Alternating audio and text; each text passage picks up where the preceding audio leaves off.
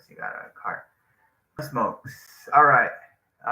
Anybody out there? Sorry about that. Technical difficulties. Can anybody hear me out there? Let me type in here. Uh,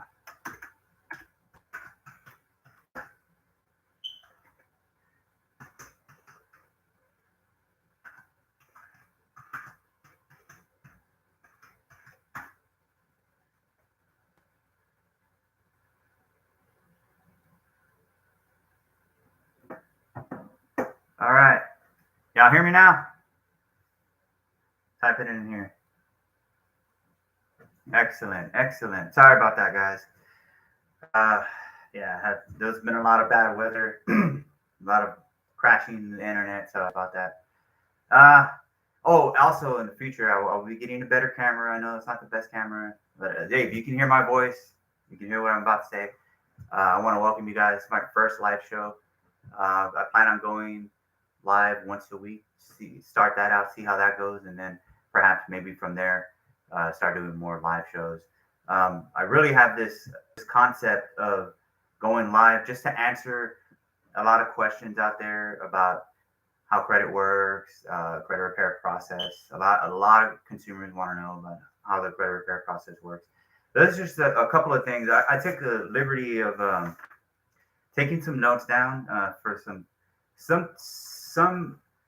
aspects of the credit repair process I would like to put out in the open because a lot of there's a lot of bad information on TikTok, Facebook, YouTube.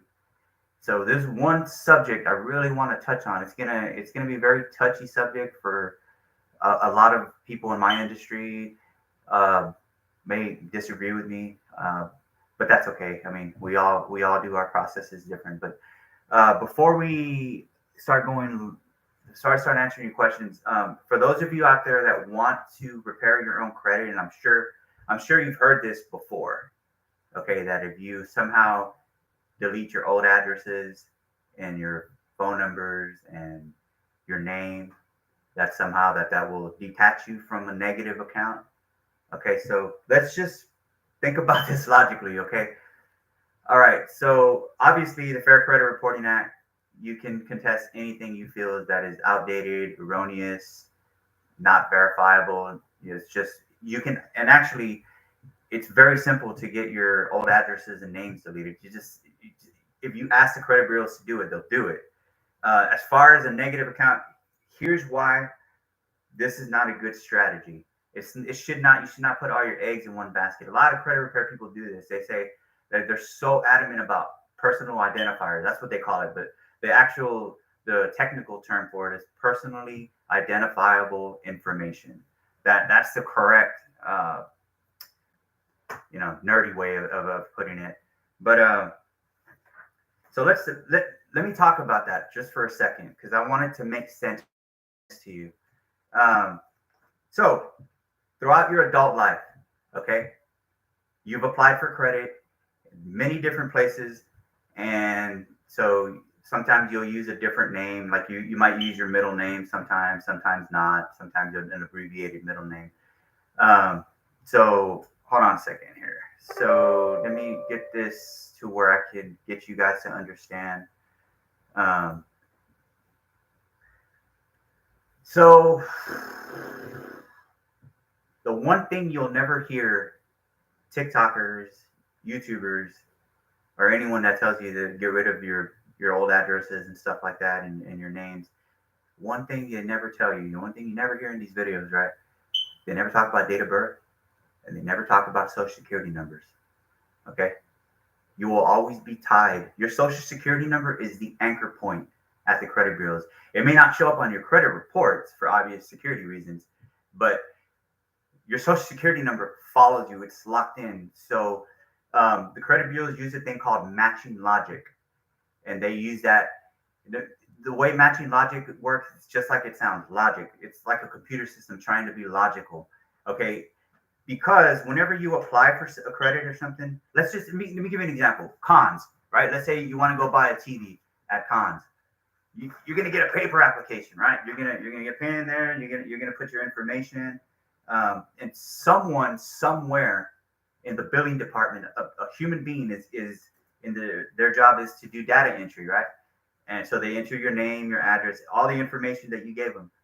But somehow they can make mistakes. That's why the credit bureaus are so open in your names and your addresses because of human error. Okay, so you can remove old addresses, you can remove names. They have that matching logic for a reason. Okay, that's not the hard part. The thing you can't hide from is your date of birth and your social security number.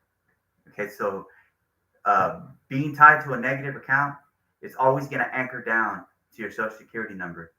So instead of trying to waste all your energy on getting your names deleted, getting your addresses deleted, let's just focus on the actual negative account.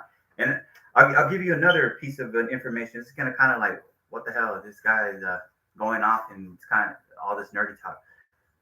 The credit bureaus, they're in the business of buying and selling information. That is their number one moneymaker. Answering disputes, it costs them money to answer disputes. That's not their deal.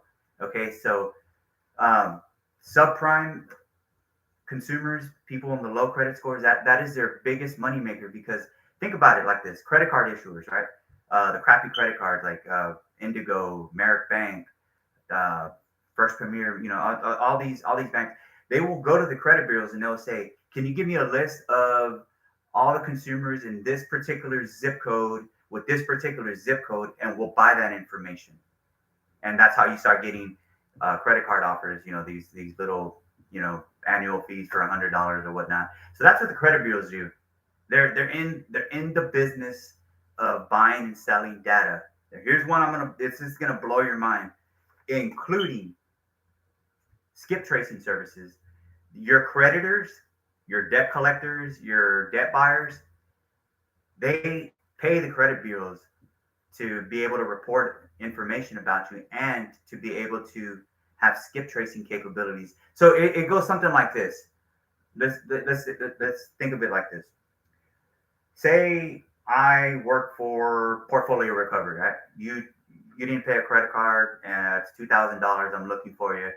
You took off. I can't find you. You moved out. You changed your phone number. Okay, so I go to the credit bureaus and I say, look, listen, when you find this person, any kind of information, I want to know about it instantly. So it's kind of like the mafia, right?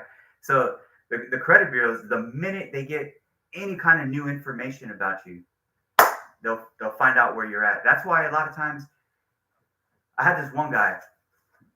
He moved out. He went through a bad divorce or whatever, and he went to a new apartment complex where they said they don't do credit check. It was one of those places where I think it was like a $99 move-in special or something like that.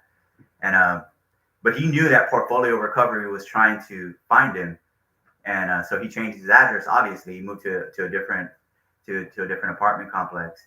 Changed his phone number. He was tired of them calling him. So he moves into this new place, and a couple of months go by. Guess what? They found him. Why? Because again, the credit bureaus are in the business of buying and selling data. So somehow or the other, whoever owns that property, the company that owns that property, just think about it like this: credit bureaus will say something like this. Just obviously, right? They don't talk like this, but just for the illustration purposes, they'll say things like, "Hey, give me a list of all your recent applications in the past 90 days of everyone that moved in. We'll buy that information from you. Give me their name, their phone number, social security, all that good stuff. Just all the new tenants you had." And credit bureaus will buy that information. And if the credit bureaus themselves don't buy it, other companies buy it and sell it to the credit bureaus. So that's how you'll be amazed. Like, how did they find me? How is this new address that I never applied for credit using this address? How did it get on my credit report? Skip tracing. So I say all that to say this: if you're gonna do personal identifiers as a credit repair tactic, you're really look. Yes, it's good. It's a good idea to clean up your credit report, right? Aesthetically, to get those old addresses and those old names removed. Especially if they spell your name wrong, like me, right? Lewis, Luis. They might put Louis. So it's good to do that, but if you're trying to hide from a negative account, it's not going to happen. You remember, you are tied.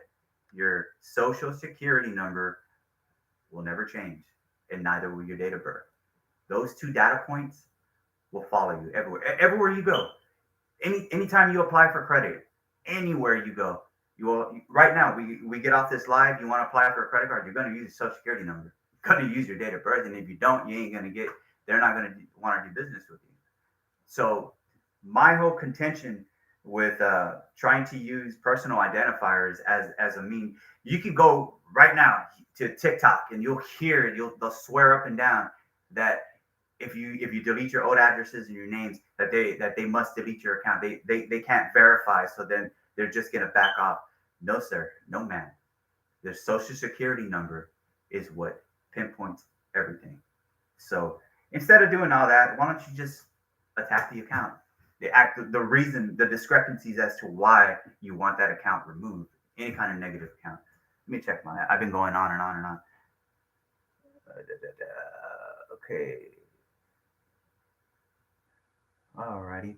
So, having said all that, for those of you that are interested in doing credit repair for yourself, by yourself, there's a couple of things. I took the liberty of taking some notes, some things that you might want to actually consider disputing. One of them, so I don't know if you can see this, guys. I got like a sample credit report. See, it can ask. Yeah. All right. See how it's side by side. There's all the different data fields here, and I'll go through them one by one. If I were you and I was wanting to do my own credit repair, or just to give you some insight or some of the things that I would look for if you're going to dispute. First of all, if it's a charge off, right? Here's another thing that you might hear a lot of on TikTok and YouTube, that when it comes to a charge off account, charge off meaning you went 6 months or longer without paying, and your original creditor got the debt off their books, and so you're no longer collectible. So they got it off their books, so they don't have to pay taxes on your debt. But you'll hear this conception that any charge off you see on your credit report, all the balances have to be zero. That's a half truth. Okay, so let's do an illustration. Let's say I'm gonna pretend we're doing credit repair, right? This is your account. Let's just pretend. And you have a charge off, right? Something happened. You got a divorce, something. They stole your car, so you didn't want to make payments anymore, or it broke down or something, whatever the case may be, right? So somebody tells you, if you see a charge off, all the balances need to be zero. Well, not necessarily. Okay, and here's why. And you'll hear other credit repair specialists say they shouldn't be listing a past due balance. They shouldn't be listing a balance. They shouldn't be listing the high credit. They shouldn't be listing any of those things, any balances, because it's charged off. Well, guess what? If it's still with the original creditor, meaning, let's just say Security Service Federal Credit Union. Okay, let's just say they haven't sold your debt yet. Okay, there's the charge off is still with them. They absolutely can list all the balances. And why? Because that is their statement to the world, to all the other potential lenders that you're asking for an extension of credit. That is their way of saying, hey, he has a past balance with me. He has a high balance with me. He owes me this much money, he or she. That is why they can still list the balance on there on a charge off. It's not until they sell your debt, when they get rid of you completely and they sell off that debt to a debt buyer, now they have an obligation to put all the balances at zero, because it's no longer with them. They have completely washed their hands off of you. So I just want to get that out of the way, because that's another misconception. Somebody will tell someone, hey, you're trying to fix your credit. If you see a charge off, make sure that all the balances are zero. The only time you want all the balances, or they should be zero, is if you see that particular account, that particular balance, that particular auto loan. Let's just say auto loan for an example, for this illustration. You see all that with Security Service Federal Credit Union as an example, and then you see Portfolio Recovery, a debt buyer with the same information. Now you have a basis to tell Security Services Credit Union to remove that account because the balances are still listed. You have it listed on both. So that's the only time that you should try to attack an account for zero balances on the charge off. Okay, let me check something here. All right. So any particular questions you guys might have so far? I know I'm talking a lot. Sorry. Drinking some coffee. Yes, 8 o'clock at night. I like coffee. I drink a lot of it. So any questions out there? Like my buddy David Payne likes to say, don't everybody talk all at once. So I'll leave it open. See if you have any questions so far.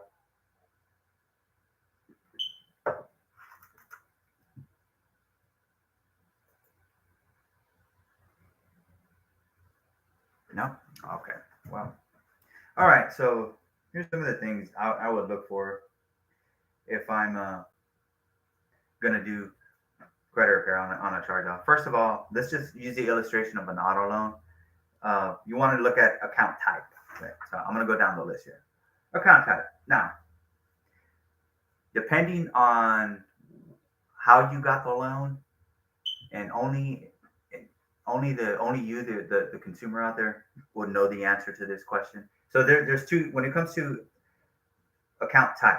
Okay, it's either going to be a revolving account, it's going to be an installment loan, a credit sale. So you want to start right there. But I see this a lot with vehicles, especially with vehicles. So a retail installment contract, that is where you go to a dealership. You just walk into a dealership, you see something you like, you inquire about it, and that particular auto dealer will try to get you financed using their banks, their their inner circle. They some banks will deny it, some banks will accept it, some banks will say, you know what, I'll go ahead and I'll purchase that loan. Okay, that's a retail installment contract. Okay, that's what we call indirect in our industry. We call that indirect lending. Okay, that means you indirectly you went to this particular entity and they want to shop you around using their banks and stuff. So that would be correct in that context to say installment loan under account type for a vehicle because it's indirect lending.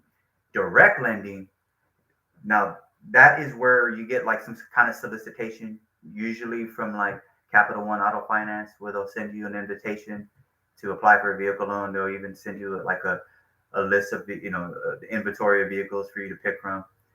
And so that's what we call direct lending. That's where you go directly to your credit union, places like One Main Financial, Lending Tree. It's for the specific purpose. For that specific purpose, auto loan. They'll even tell you, hey, we'll give you a $20,000 check if you go find a vehicle. We got your back. That's direct lending. That should pop up on account type as auto loan. So there's a difference between auto loan and installment loan. Installment loan for a vehicle is indirect lending. You means you bought it indirectly. Maybe you got fever one day and you bought a vehicle. Direct lending is, hey, the bank has your back. It's for that the specific reason to buy a vehicle. So that's one thing. If you're, let's say you went through your credit union and for some reason that vehicle ended up in a charge-off status, and you look at your credit report and you know that it's supposed to be direct lending. It's supposed to say auto loan, not installment. You got a basis right there. Now you have one thing that going for you. So you want to check that, right? You always want to check the account type. Account numbers, I don't get fixated with account numbers. They're 99% of the time they're accurate. So let's go to the next one. The bureau code. Is it an individual account? Is it a joint account? Is it an authorized user? You'll be surprised because a lot of these, my buddy David Payne, he knows about Metro too. They got to use certain codes in certain data fields, and they got to use the correct codes. But sometimes, if you know for sure, hey, this is a an individual, like this is my account, and it says here on my credit report it's joint or it's authorized user or something like that. It happens, believe it or not. So that's another thing you want to look for. You want to look for the the bureau code. Like, how's the bureau identifying this particular account? Is it individual? Is it authorized user, that sort of thing? Should I allow my son to be an authorized user to build his credit? Yeah, absolutely. That'd be great if just make sure that you have perfect payment history, preferably high balance. To get them started in the right spot. 10,000, 5,000. That's great.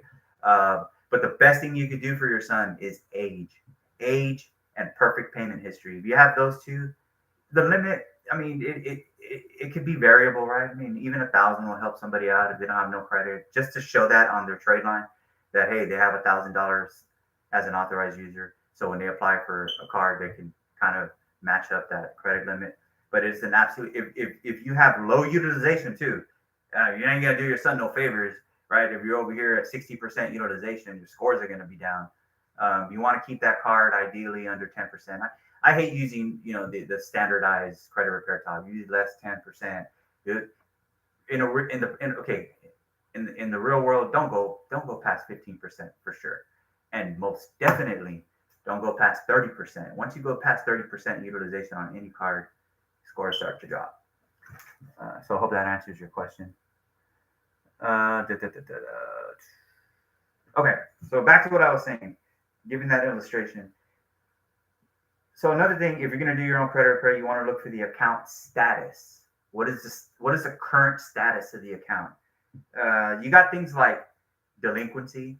Okay, that a delinquency status means that you're 30 days, maybe 60 days late. Okay, derogatory is when you go 90 days or more. Okay, so you want to look for that, because sometimes you'd be surprised. I'll see this a lot on credit reports, especially like with charge-off accounts. The account status, for some odd reason, it'll say open or something like that. I'm like, wait a minute, this is a charge-off account. So just pay attention to those things. So you want to look at the account status. What is the current status of this account? Is it should say either collection charge-off, or it should say derogatory, it should say on time. Any one of those derivatives, right? It should say that.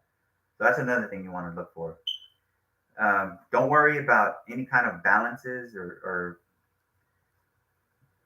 monthly payments, things like that, because the three main credit bureaus, they're all independently owned, privately owned companies. And your creditors, as far as balances, here's a little tip for you. All your creditors, they don't necessarily report to all three credit bureaus on the same day. They might report different types of different parts of the month. And why is that? Well, just like I mentioned, there are three individually owned and operated entities. They're separate companies: Experian, Equifax, TransUnion. Okay, so let's say Cons, right? Way back in the day, made an agreement with Equifax. Say, hey, we want to open an account with you so we can report about our clients. Equifax says, great. Okay, Cons, that sounds good. Give us what you got every 30 days. Con says, great. Thanks a lot, Equifax. Let's just say that's on a Monday, right? Tuesday goes by, Wednesday goes by, and Con says, you know what? I also want to report to Experian too, because they don't have to report to all three. They so choose. They can report to one bureau. It's whoever they want to do business with. So let's say Con, the same company, a couple of days later goes to Experian and says, hey, Experian, I want to open an account with you, and I want to report all my clients on a monthly basis. Experian says, sure, great. Give me what you got. We'll bill you every 30 days. You send us, whatever you want us to furnish, and we'll do that. Okay, so that's two different dates. They made contracts with Equifax and Experian on two separate days. Then they go to TransUnion the following week. Hey, TransUnion, we want to report to you too.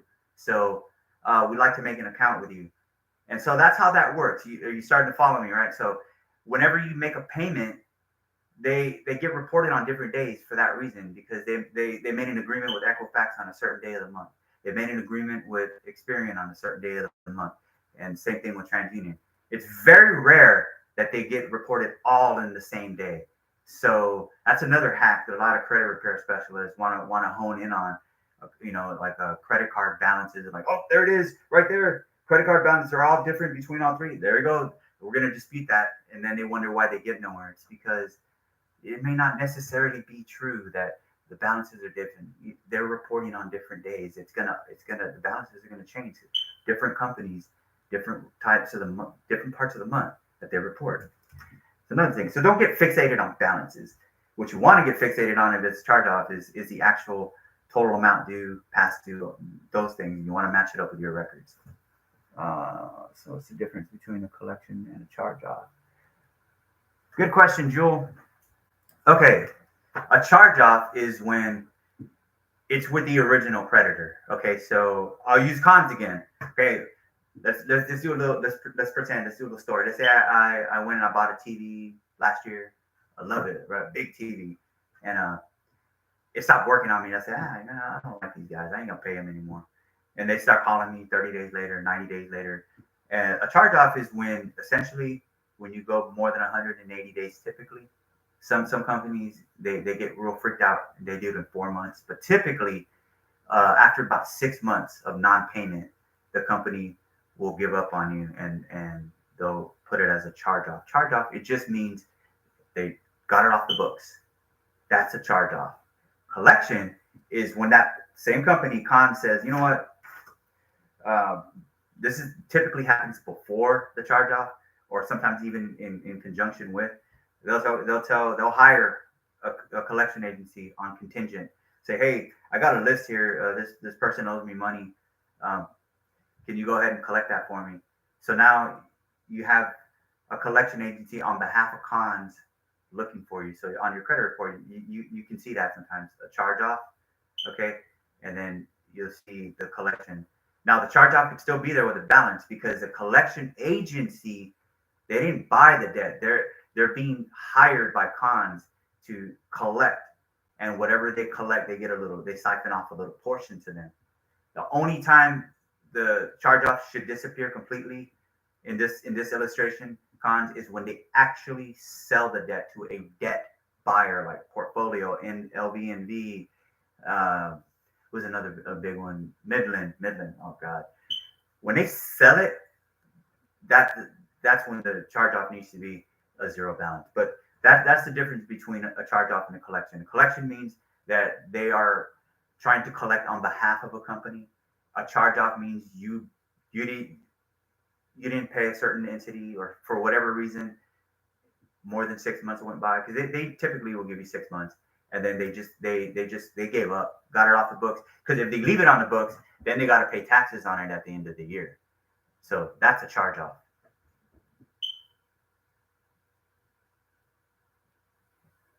Are the effects on the credit score different between the two, or the damage is about the same of the effects on the credit score?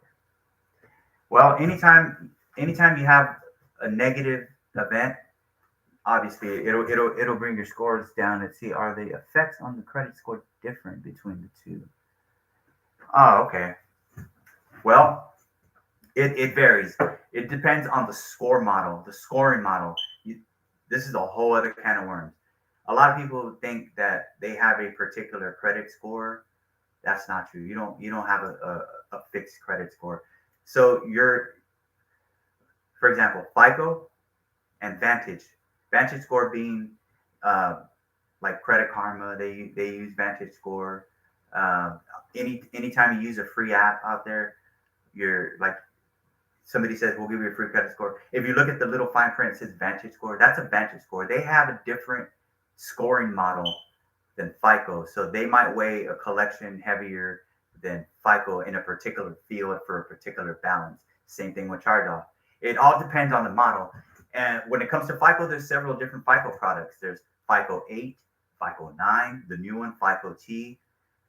So just depending on the model, like, for example, if you run a particular, any kind of model with any industry, if you run it through these guidelines, then based on the answers you put it through, will give you a result. If you go to another model, same exact data, and you put it through this model, you might come up with a different result. So it varies, but just to answer your question, both are bad and both will lower your credit scores. Yes. Okay. Any other do school loans have a major impact on scores? If you're talking about, let's see here. I'm assuming you're talking about student loan. Is that correct? I'll wait for your answer. Give you some time to. Okay.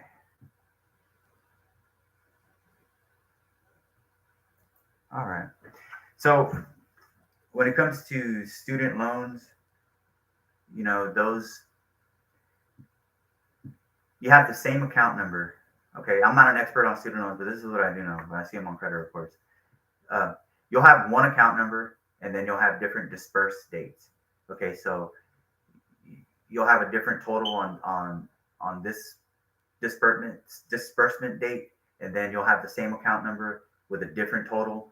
They issue a new loan under the same banner of the same account number, and the only time it becomes a problem is when you go 90 days late, because student loans, they won't ding you for 30 days, they won't ding you for 60 days, they won't credit report until it hits 90 days. And then the messed up part is that since it's the same account number, if you have one event that you went 90 days late and you still stay in school and you continue to go, well, every time they do a new disbursement, that 90-day follows you to each new account. When I mean new account, it's the same account number. It's just they have to report it as a different disbursement because it has different totals on it, different balances, and it's obviously an extension of your original part of the contract. It's just you're going on to schooling. You're going through new semesters, so it's kind of recording and capturing as you go along. So in the credit repair industry, if we see that 90-day late, we do our best to get it. It doesn't have to be reported on all the same one. It just kind of lingers along. But to answer your question, right? Okay. So yeah, student loan, any kind of a debt will have a weighing on there. But student loans, as long as they don't turn negative, they don't weigh heavily on your overall credit scores in the long scheme of things. Alrighty. So also, as I was mentioning earlier, for those people out there that want to start doing their own credit repair, pay attention to the details of the account. Well, you're welcome. You're welcome, Joe. Pay attention to the details of the account. Know what to look for. This is what I'll tell you to look for. If you can write it down, look for the account type, bureau code, account status, and here's a big one. You can actually catch them on this one because Experian and Equifax are pretty bad about this. Let me see if I can put it right there. I don't know if you guys can see that. Date opened. If you can follow with me where it says date open. Experian and Equifax always resort to the first for some odd reason in a lot of cases. And see over here on TransUnion how they have what appears to be the actual date. Okay. Now you have a good case right there, because according to the Fair Credit Reporting Act, you are entitled to a complete and accurate credit report. Accurate. Okay, that is your right as a consumer. So it has to be accurate, timely, verifiable, complete, meaning no missing data fields. You're entitled to all that. So when I see something like this, I'm like, hey, wait a minute. According to the Fair Credit Reporting Act, I'm entitled to know why aren't you not listing the correct date open? What they do is they get the month and the year right, but they always resort to the first. That's not, unless you got your loan on the first, that's not accurate credit reporting now, is it? So you can make that case if you're doing your own credit report. Look for the date open. And if you're not sure about the date open, if you know you're going to file a dispute for yourself, um, get on the phone, call your creditors. Hey, just by chance, can you give me my open date? I just want it for my records. That way you have some ammunition. So look for date open. Date open, you have that's something you definitely have an argument. Um, Payment status. Here we go.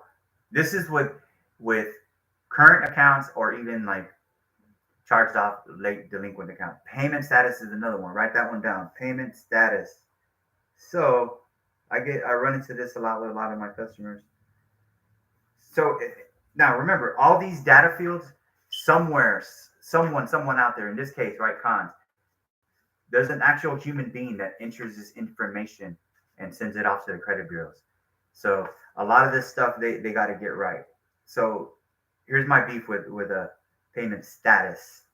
Okay, say you were late 60 days, right? And it shows up on your credit report, payment status. It says 90, it says 60 days late. Hey, that's accurate, right? Time goes on, all right? You catch up on all your payments. You pay that particular account, you catch it up to date, and time goes on. You look at your credit report, and it still says 60 days late. So now, what does that look like to a potential lender under that comment? They're going to assume that you're still 60 days late. What they're supposed to do is update it to the word to add the word was. It's supposed to say was 60 days late, and it's now current. That's they're supposed to change that, and a lot of times they don't update it. They just don't update it. Oh, thanks for your payment. Oh, good job. Thanks for catching up. But they don't update that comment. So if you're someone out there that's contesting late payments or contesting your account, that's one thing to look for. That's ammunition, payment status, and only you know your true payment status. Let me check my comments here. Is it true things fall off in 7 years? I've heard about it before, but is that a lie? No, after 7 years, it's mandated by the FCRA. It comes off your credit report. I don't know who told you that. But, and sometimes they actually just to protect themselves, the bureaus will do an early excursion. An early excursion, they'll get it off right at 6 years and 6 years 9 months in some cases. But yeah, it's supposed to come off your credit report. Charge offs, collections, things like that. Yes. So I don't know who told you that bad information. Okay. Let's see here. Anybody else? Okay. So let's continue on with the things to look for. Now, don't worry about last reported, as I mentioned earlier, how they report on different days. So that will always change. Here's a contention that I cannot stand. I cannot stand other credit repair people telling. You'll hear it on YouTube. You'll hear it on TikTok. They all want you to attack the date of last activity. You're going to hear that a lot. They call it DOLA, date of last activity. Okay, here we go. So, date of last activity could be anything. It could be the last time you made a payment. Hell, I'll tell you what. Date of last activity is, let's just say you have a collection on your account. And again, they don't have to report every 30 days. It's not mandatory. No company. There's over 16,000 companies reporting monthly in the United States on consumers, 220 million consumers. They're not mandated like, hey, you must report every 30 days. They don't have to. However, if they do report, then they have to backtrack everything that all the months that they didn't report. They have to add any kind of modifications or anything that may have changed. But most of the time, most companies out of good faith will report every 30 days. But I say all that to say this: last reported and data last activity. A lot of credit repair people get fixated on it. It just means when was the last time there was any kind of activity on this account, including an update saying, oh yeah, by the way, this is still a collection. Oh yeah, by the way, this is still a charge off. They're updating to the credit bureaus that, hey, this account's still here. That's activity. Okay, so don't get fixated on data last activity. Just skip over that one. A lot of credit repair people, they want to attack that. It's just data last activity just means that. even an update is a form of activity. So don't get fixated on that. You can skip that one. Oh, here's the last two I'm going to get into. Date of last payment. That is a major one. That is a major one. And in my experience, and I try to talk to the consumer a lot, my client a lot, because sometimes like on this particular credit report, I don't know if you could see where it says date of last payment. How there's two different dates right here. There's the first, and then there's the eighth, right? Um, I usually try to get with the customer because, again, back to what I was mentioning, how they report on different days. However, this particular date should not change because you only have one date of last payment, right? And so oftentimes I always go with the newest date of last payment. To me, in my opinion, and out of all the credit reports I've seen, the most recent date of last payment is usually the correct one. So a lot of times the bureaus just don't update that information. So date of last payment, you only have one. Okay, so if this is your account you're dealing with, again, get online, play dumb. Hey, even if you owe them money, hey, when was the date? When was the last time I paid you? What date? That way you have some ammunition because you'll see that a lot. That doesn't get updated a lot. That is a good dispute reason. Um, so if I was working on my own credit, I would look for that. Okay, date of last payment. Again, only you know the answer. If you're going to hire somebody, they'll probably ask you those questions. Hey, honor what time, around what time did you make your last payment? So look out for that. So, and then you got your 2 year payment history. At the very bottom, you'll have like you'll see how sometimes Experian says you were on time, Equifax says you were late, TransUnion says you were on time. You're like, what gives? Because they all get their information from the same source, maybe on different days, but from the same source. So if one's saying you're late 1 month and the other saying you're on time, both of them can't be right. So that's another dispute reason that if I was doing my own credit, I would look at.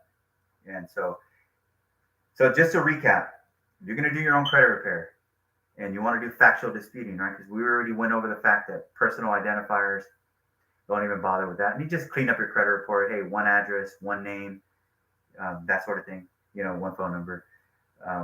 But it's not going to help you get away from negative accounts. So I would start with, if you can write this down, if you're out there listening, account type. Figure out what kind of if it's a credit card, it should not say an installment loan. If it's an installment loan, it should not say revolving. Pay attention for that. The bureau code, is it an individual account? Is it a joint account? Was it an authorized user that messed up the card and now messed up your credit? Look out for that. The account status, what is the current status of the account? Open, closed, derogatory, delinquent. Look out for that. Date open is a big one. You only have one date open, right? And Experian and Equifax are really big about that. They always resort to the first. Okay, so find out your real date open and use that as you start writing your letters. Payment status. We just went over that a little while ago. Okay, if you're currently on time, it should reflect that. If you were late, it should reflect that. If you're only 60 days late, but it says 90, you can contest that. That's one thing that's very important. You want to always look for payment status. Don't worry about date of last activity. We just went over that. Date of last payment, very important. Research that. Use that to your advantage. And then lastly, the 2 year payment history. Look at your payment history, including missing data.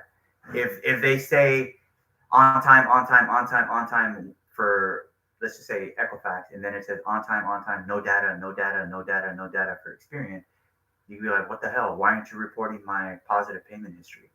Those are things you want to look for. Even if the account is closed and you charge it off, you still have some kind of positive payment history.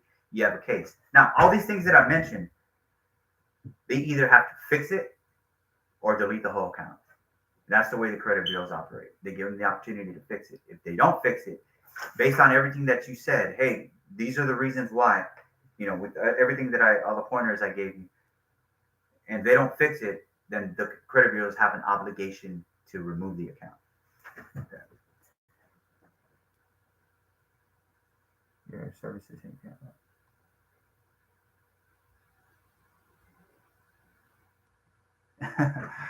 Yeah, Jewel. For me, it could be very tedious, but I love this stuff. I mean, I do this to the wee hours of the morning. I mean, I could literally. I mean, I know a lot of you guys are probably getting bored of me and tired of me already. You're probably like, man, I want to go get something to eat, or I want to watch another video or something. But I mean, there's just so much that goes into credit repair, how credit operates. It is a lot. There's several different sub bureaus that supply information to the big bureaus. There's it's like a pyramid. There's all you got information everywhere, and so trying the best your best argument is twofold: factual disputing and then consumer laws. My good friend David Payne Jr. over at Everything Credit, he's an expert on consumer laws. So consumer law and factual disputing, that those two, that kind of marriage of the two will help you get the results that you need. A lot more so than these other, when you hear these other YouTube channels, do this, freeze that, take off your name over here, do a hula hoop over there. Just stick with the facts. Everything that we went over. If you stick with the facts and you find an actual error, you can't go wrong. Okay? Whether I do it for you or another company does it for you, or you do it yourself. If you stick with the facts, you stick with consumer laws, eventually you start chopping that mountain down, you'll get where you need to go. Okay? Any other questions? Thank you, Joel. Thank you. So I guess this can wrap up my first live. I wanted to kind of give you some information, especially about personal identifiers. Let me just recap that first part of towards the end of my video. You'll hear a lot of excuse me, I have some coffee real quick. I know, right? Last thing I need is coffee. So you'll have a lot of TikTokers, doing this number, right?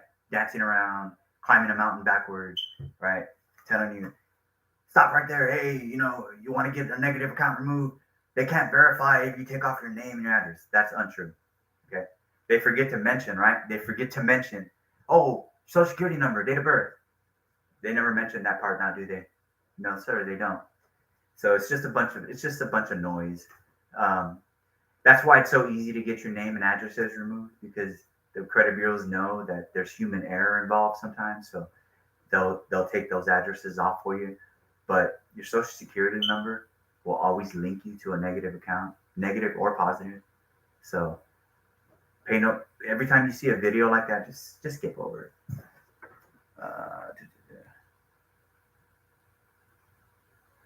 Alrighty. So I guess that'll wrap it up for my live. This is my very first show. Let me know in the comments after this video what you would like me to talk about next week. Any particular topics that you want me to touch on for the next show. Again, I want to thank you guys for spending time with me. I am Luis Pena Jr. I own Organic Credit Solutions. If you need some help with your credit reports or understanding credit, or you want to talk a little bit more about it, you can contact me at 726-444-7509. Or you could text me and I'll shoot you my calendar. We can set up a consultation if you want to reserve a 30 minutes time slot to maybe you might be interested in kind of services I offer, particular different types of attack plans I use. I can definitely take time after this live, just leave the comments in there, and I can help you out. All right. So thank you guys for being with me. Thanks so much. I'll see you guys on the next live. Thank you. Bye-bye.